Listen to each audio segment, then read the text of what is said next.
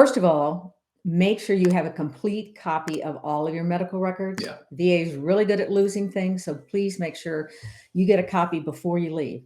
I think that Well, that needs to include, and this is not, the VA does not consider this a medical record, but it needs to include your service entrance exam. Because yes, on your service entrance exam, the doctor has the only opportunity there to say if you are coming in defective, meaning on that exam, it should state he has a mental health condition, but it existed prior to service because of childhood or whatever.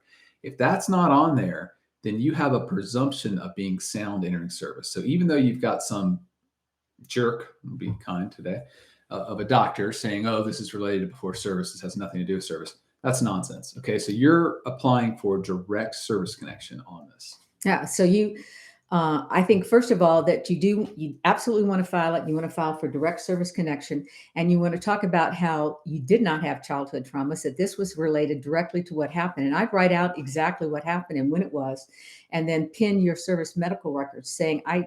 So it sounds to me like you're saying is you didn't even get any treatment for the first 4 years, or you might not have had problems the first 4 years. Right.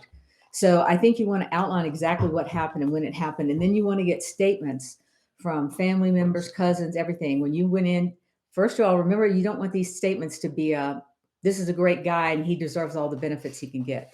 You want it to look impartial. I have known this person since then. This is the relationship I have with them. This is how often I saw them. Before service, I never saw any problem with, etc. After service or during service, I noticed he started to become depressed, anxious, whatever.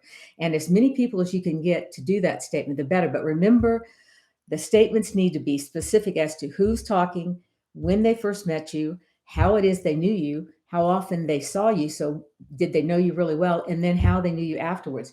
And don't be vague. A lot of times people will say, sometime after service. Well, that could be now, or that could be 10 years after service. So you really need to be specific, okay? Or specific as to when they noticed a change in you during service. And I think you wouldn't have any trouble doing that. You also, I would suggest going to an outside site. Well, I wouldn't, No? because you're going to be sent. He's not even discharged. He hasn't. They're going to send you to a CMP exam first. Okay, maybe the CMP examiner gets it right and just realizes that whatever happened in service is the cause. I mean, even if they say aggravation, then you can work with that. But you got to go to an exam first, okay? Because you're going to be sent to an exam no matter what.